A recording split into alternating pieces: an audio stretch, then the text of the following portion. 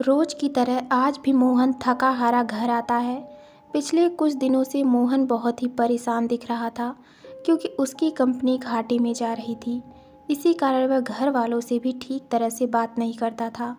रोज की तरह वह आज भी बीवी से लड़कर सो जाता है।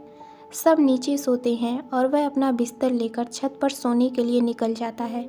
जैसे ही रात के 2:30 बजते हैं, रोज की तरह एक आवाज़ उसे पुकारने लगती है। 3-4 दिन से यह आवाज़ उसको पुकार रही है और उसे समझ नहीं आ रहा है कि यह कोई सपना है या सच। आज वो किसी तरह हिम्मत करके उठता है और अपनी छत से बाहर सड़क की ओर देखता है। वह चारों तरफ देखता है पर उसे कोई दिखाई नहीं देता। आज वह निर्णय लेता है कि वह बाहर जाकर देखेगा। वह अपने घर के बाहर निकलता है और जिस दिशा से आवाज़ आ रही होती है उधर बढ़ जाता है। कुछ दूर चलने पर उसे एक लड़की दिखाई पड़ती है जो दीवार की तरफ मुंह किए होती है। वह उसके पास जाता है और इस प्रकार वह लापता हो जाता है। 2 दिन तक उसका कुछ भी पता नहीं चलता।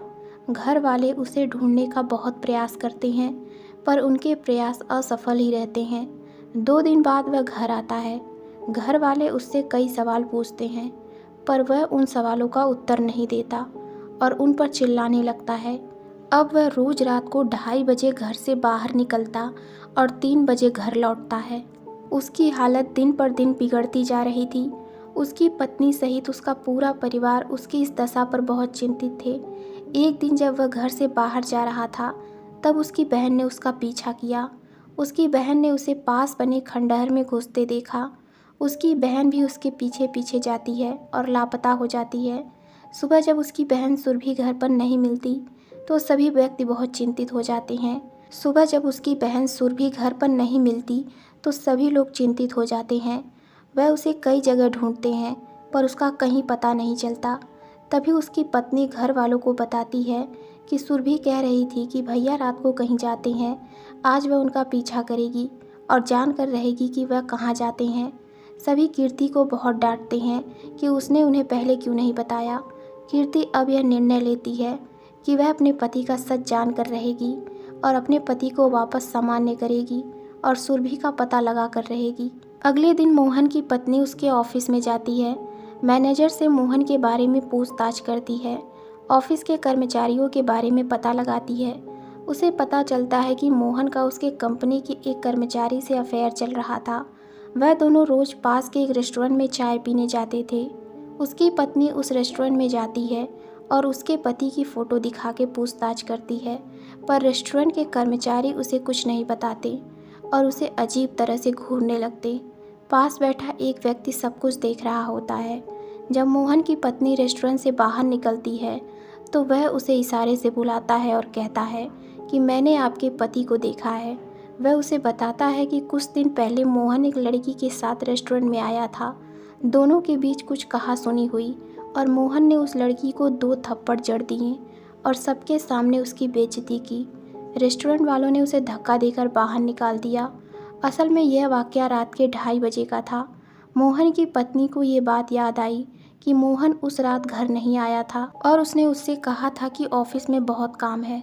उसकी पत्नी ने ऑफिस में पूछताछ की और उसे पता चला कि उस लड़की का नाम माधवी है और उसका जो पता है वह उसके घर के पास का ही है।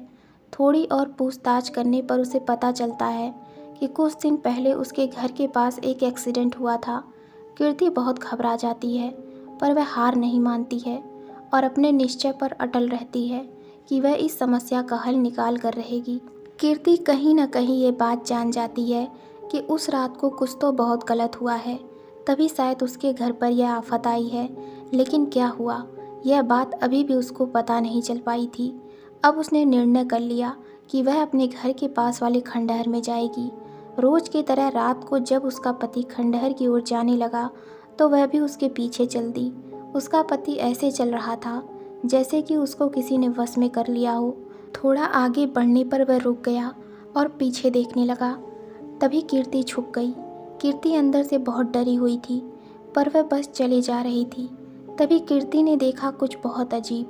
वह खंडहर में घुसते ही अपना सर दीवार पर पटकने लगा, खुद को तकलीफ पहुंचाने लगा। फिर उसने अपनी बहन सुरभि, जो कि रस्सी में बंधी थी, उसे 2-3 तमाचे मारे और फिर उसे खाना खाने के लिए कहा। यह सब देखकर कीर्ति समझ गई कि यह सब वह लड़की की आत्मा करवा रही है। कीर्ति डर के मारे भागने लगी। यह उसके पति ने देख लिया और वह उसे पकड़ने के लिए दौड़ा। तभी कीर्ति ने किसी तरह अपनी जान बचाई। कीर्ति ने यह पता कर लिया था कि उस दिन जो उसके घर के पास एक्सीडेंट हुआ था वह उसी लड़की का था, और उसे यह भी समझ आ गया था कि उसी की आत्मा यह सब बदला लेने के लिए कर रही है। वह यह भी जान गई थी कि उस आत्मा के इरादे गलत नहीं है, बस वह बदले की आग में जल रही है। उसने उस आत्मा को मुक्त कराने और अपने परिवार को इस संकट से निकालने के लिए एक तरकीब सोची। अगले दिन उसका पति जब सोया था तो उसने उसको बेड से बांध दिया। जब रात को 2:30 बजा तो उसका पति उठने का प्रयास करने लगा, पर रस्सी से बंधे होने के कारण वह उठ नहीं पाया। वह तेजी से चिल्लाने और ताकत लगाने लगा, जिससे बेड 2 फुट ऊपर उठ गया, पर वह रस्सी नहीं खुली। जब उस आत्मा का सम्मोहन काम नहीं किया तो वह आत्मा स्वयं कीर्ति के घर आ गई। कीर्ति को इसी का इंतजार था। कीर्ति लगातार मंत्र का जाप कर रही थी, जिससे वह आत्मा उसे नुकसान न पहुंचाए, और यही हुआ। वह आत्मा उसे छू भी नहीं पाई और सीधा उसके पति के अंदर घुस गई। जैसे ही वह आत्मा उसके पति के अंदर गई, पास रखी एक भगवत गीता की पुस्तक को उसने अपने पति के शरीर के ऊपर रख दिया। वह आत्मा छटपटाने लगी। कीर्ति ने मंत्र के जाप से बेड के पास एक लकीर खींच दी, जिससे वह आत्मा वहीं बंध गई। कीर्ति बेड के पास खड़ी हो गई और भगवत गीता की एक दूसरी पुस्तक से गीता के श्लोकों को पढ़ने लगी, जिससे उस आत्मा ने कीर्ति के पति के शरीर को छोड़ दिया और उसे शांति मिल गई। कीर्ति ने एक आत्मा को मुक्ति देकर और अपने परिवार को बचाकर अपनी महानता का परिचय दिया था। अगले ही दिन सुरभि भी घर लौट आई। कीर्ति के पति ने अपने अफेयर के कारण उससे माफ़ी मांगी